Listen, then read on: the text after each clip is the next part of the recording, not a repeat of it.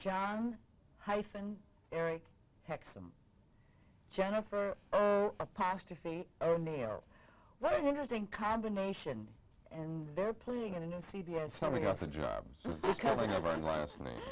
No, you have to say something. You have to say something because I want to compare your voices. You both have very unusual, unique voices. It's just exhaustion. Is that what it I'm is? going to try and get mine as low as his. Okay, okay. Let's see how far down can we go. Oh. Do you consider yourself a bass, Jon? Well, yeah, I am. And therefore you consider yourself one. Sure. You're really a bass. Yeah. Okay, Yeah. Jennifer, Yeah. let's see how far. Okay, get as low as you can go. Alrighty. The timbre is different, though, you see, because we can speak. Lord. No, down here. No, we you- cannot. Okay. All right. This is a wonderful. This is really Oh, she wants the part. She's That's what she getting it. wanted. No, it's just curious that there's a nice blend because your voices are very, very unusual, and there's a breathy quality and all that kind of good stuff. Oh, thank you. And if this series doesn't work, we can always go into radio announcing. All of us. Sure. All of us right here. You remember this lovely, lovely lady from the summer of '42. That was a magnificent film. Thank you. You should be very, very proud of that. Was that the best thing you've done? Well, Cover up? nothing comparable. God. My favorite film that I ever did was The Innocent, The with Innocent. Visconti. But I love Summer '42. Yeah, that was a real classic. And of course with Jon, The Voyagers, you remember seeing him in that, and The Making of a Male Model. No, well, wait a minute. This is CBS, right? Yes. I think they remember. Oh, You all buried us with 60 Minutes. Well, that's true. That's when we That's were on. true. Was Doug Barr in The Making of a Male Model? Was he No. in that? Oh. No. Jeff Connolly was. The curious thing about this guy, he's a big guy, as you can tell. He wanted to play football for Michigan State.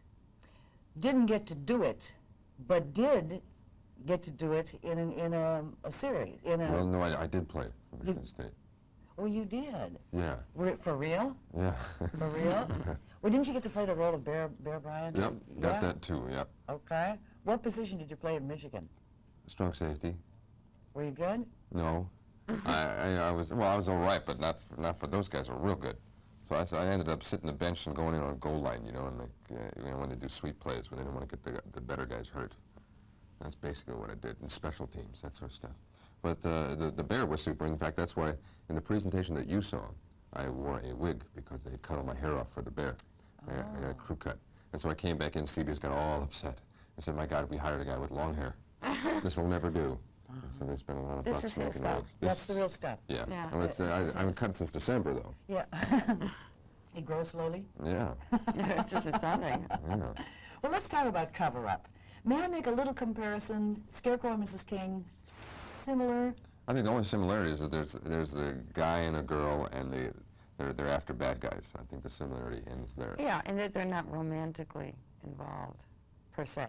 I think that's their setup as well. But I think the show has a totally different feel to it. Yeah, I think the relationship and I mean, a show is basically the people that are in it, you know, the personalities, I think, you know, and how they interact. And conceptually, the setup is somewhat similar, but only somewhat. You know, we have the model motif that is our cover, fashion photographer and model with a bunch of other models around. Ready to go? Go where? Up the rope. Up the rope? Yeah. How do you know if it's secure up there? Well, it usually attaches itself pretty well. Usually? I hate arrogant Americans. He needs to be taught a lesson. I'm here for my lesson. No!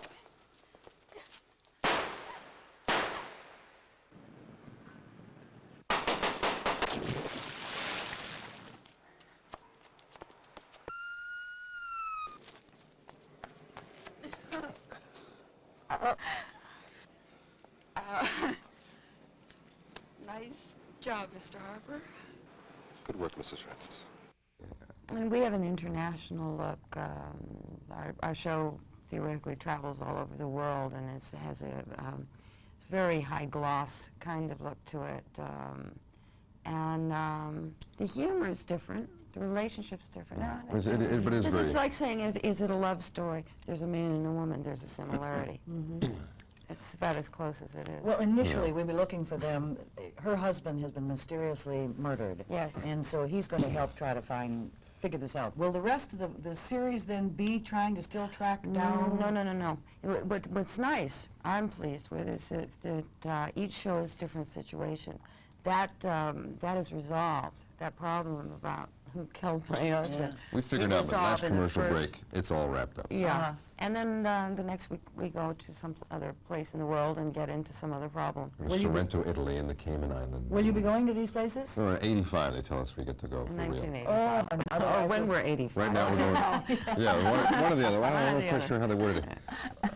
Right now we're going to the Burbank Airport, Orange County. Yeah.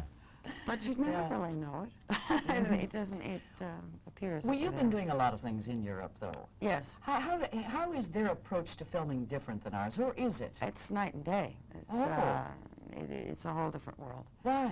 Well, their pacing is, even in their films, if you watch them, their pacing is different, as is their shooting. Afternoon teas and that sort of thing. Well, they're a little more civilized so far as work hours. We're nuts. Their set is nuts. But then again, television is totally different than feature films. And I've done 20 films and only 2 or 3 television things. Usually the subject matter is different. They have a different attitude about a story. When I say pacing, and TV is pop, pop, pop, pop, pop all the time. Theirs is sort of slow motion ballet. Longer shots, masters, that sort of thing. Yeah, and the respect and attitude and control of the directors and the writers are far more advanced than here. Here it's sort of the money people and who puts up the money owns the piece, and there's a much more artistic level to it. I always heard that European films are more women films and American are more masculine. They're not women films, but American films rarely can capture a woman as well as a European film. Their whole thinking, there were more. The reason I went to work in Europe is that I was tired of kind of playing the girlfriend or, you know, the female counterpart in something. They had wonderful women's roles, interesting and developed and in full. And for film study, which I went there as well, and the kind of roles that I could play, it was wonderful.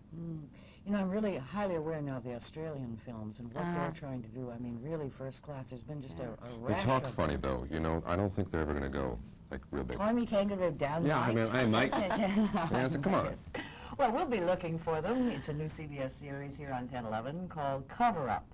Jennifer O'Neill, Jon Erik-Hexum. Cover Up. Thank you for being with us this morning. Please stay tuned. There's more to come as 1011 Morning continues.